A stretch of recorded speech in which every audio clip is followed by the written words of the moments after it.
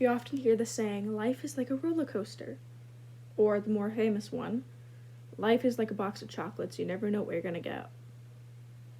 They both mean the same thing. That life is uncontrollable and it's something that no one can predict, and that life is full of adventure and entertainment and ups and downs, and it is. Well, it was. With her, it was. Coming down early in the morning to see the smile on her face as she'd greet me and my brother, coffee in one hand, newspaper in the other.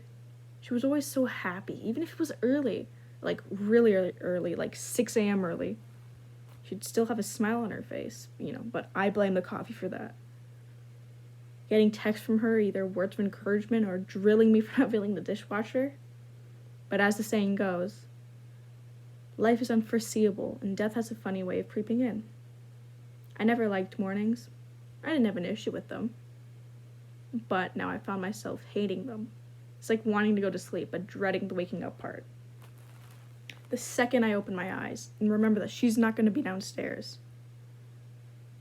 Sometimes I still smell fresh coffee in the kitchen. I hardly use it though. The kitchen, I mean. I avoid walking in or using the fridge, too scared to see the memories that haunt it. Not being strong enough to face them. Not ready to face them. You are never going to get this letter. But I have to tell you something. I love you. And I miss you a lot. Every day, every hour, every minute, every second, I miss you. I know you're dead. And it's silly to be writing you, but I never got a chance to tell you. You mean so much to me. That's supposed to be in past tense. You meant so much to me, but I can't accept that yet. I know you're dead. I'm not dumb. I was at your funeral, but you just can't be dead. You can't leave me. I'm alone without you. I have no one anymore. I obviously still have my family and other friends, but life is boring without you. I feel like I have no happiness in me. I'm miserable, really. I know it's not your fault that you died, but you left me. And honestly, that was a really shitty thing to do. You were gone, and I never want to accept that. I want you to write me back. For a miracle to happen, like in the movies. I keep hoping that you faked your death or something. You would suck for doing that, but at least you would be alive. I wish you were still here.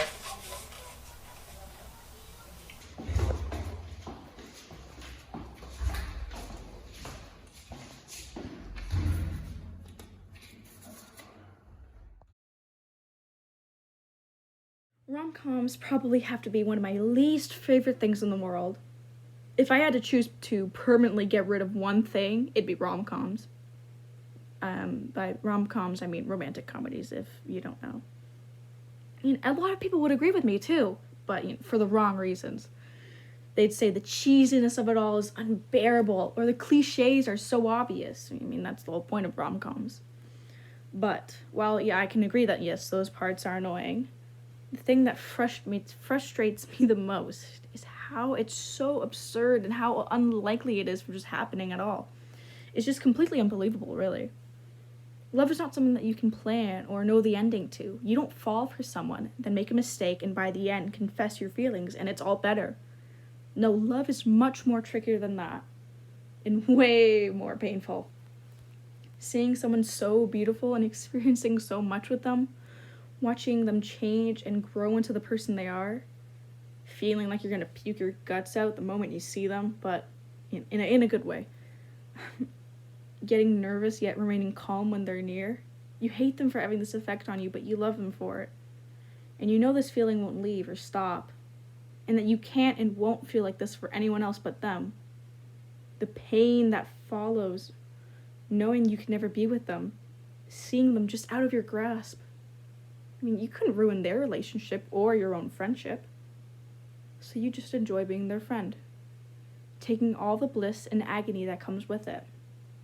Because, in the end, that's just it. They're your friend. And you're theirs. Nothing more, nothing less.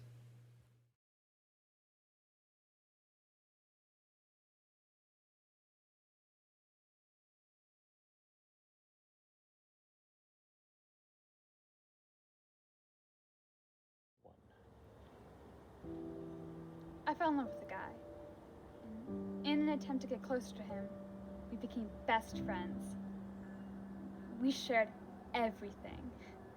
We went on trips together. He taught me how to change the oil in my car. I introduced him to some good books, movies, and music. Fast forward a few years, he got accepted into grad school across the country.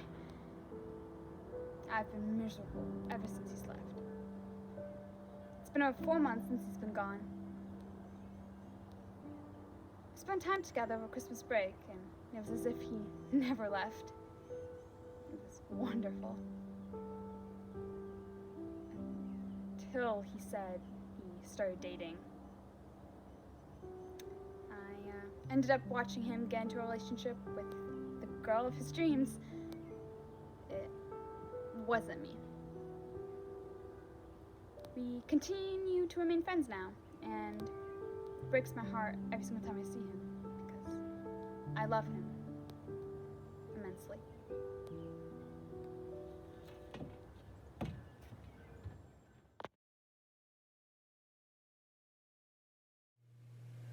I've never really been that social. I don't really like leaving my little comfort bubble, but then again, who does?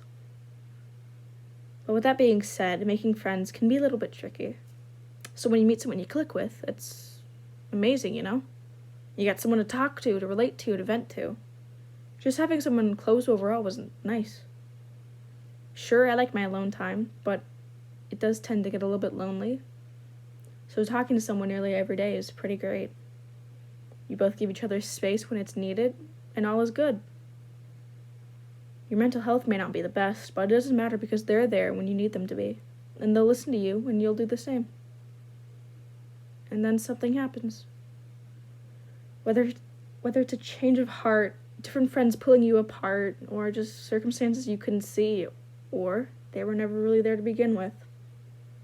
And you've lost a friend. Again. It's funny because it's like a pattern. No, it is a pattern. It's one that you wish you could break so badly, because every time it's the same thing. They leave you, leaving you to your thoughts on what you did wrong or could have done better. It sounds like I'm talking about a relationship. And if they were people that you were dating, maybe, just maybe, it would have felt a little less worse. Only because you could hate them for an actual reason. You could blame it on them not finding you attractive anymore. But that's the thing about friendships. They're not based around looks. Or maybe they are, and those people are pricks. But what I mean is, when friendships end, you're forced to reflect on what happened. Whether you reflect on your behaviors or theirs, you take time about it nonetheless. And for an overthinker, this can be terrible. Because this has happened so many times before, you just kind of spiral. So, to aid your pain, you come to a conclusion. You're the problem. I watch you walk away from me, and the tears start to fall. I ask myself a million times, how did we lose it all? For the first time, I had no words. That to you I could say. I cling to old memories, and I watch you walk away. I just don't want to let you go, but inside I know I must. My heart's whimpering with pain, but it's my mind I trust.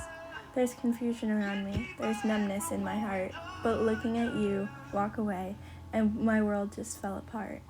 If only I could handle it and bear to just say, I'd use my breath and say the words.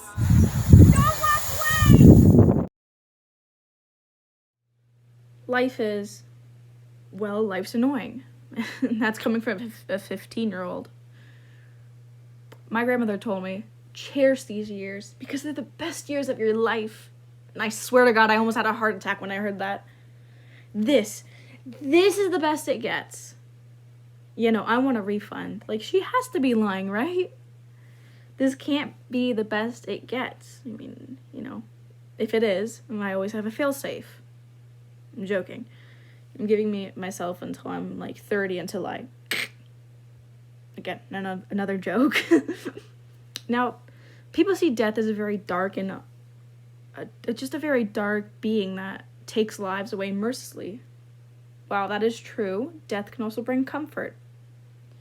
And I think that some people find it as a release, and others find comfort in knowing that their loved one moved to a better place. If there is a better place after this, well, that's debatable and stress-inducing, so we'll leave that to the Catholics. When people talk about life and the stuff that comes with it, they always go in this order. They talk about the joy of it, and then the pain, and finally, they finish it off with with the big, but you have to keep trying, motivational crap. For some, this works, and it's really moving, and it helps, which is, great for them. But for most, it does absolutely nothing. I mean, it's the same thing over and over again. You can see how it wouldn't help. So that's something that I'm not going to do. Life is beautiful. No, honestly. I went on like an hour-long drive just to look at the more like greenery in my neighborhood, like the more farmy areas or agriculture. And it was really peaceful. Now, it may sound like I'm being sarcastic, but I'm not. It was actually really nice, and it made me realize why my favorite color is green. Earth is really beautiful. Humans are the one that ruined it.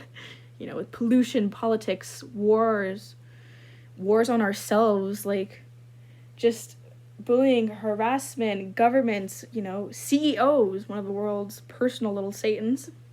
It's disgusting. And we're the only ones to blame. I mean, our world is beyond repair. Our oceans are polluted. The heat is rising and nothing is changing.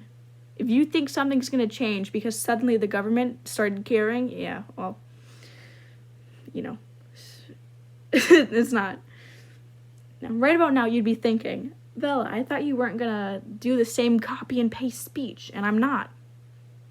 Life sucks, and sometimes it doesn't. You either live with that knowledge, or, well, you don't. Your life is in your hands and what you choose to do with it, whether you stay or you leave. Now, just so I don't get this teachers calling my parents, I am very happy. This whole thing was just a little act, remember? Well, anyways, life is cool sometimes, and sometimes it sucks. So I'm going to go eat my entire fridge and watch grown men play video games because that's how I make my life a little less sucky.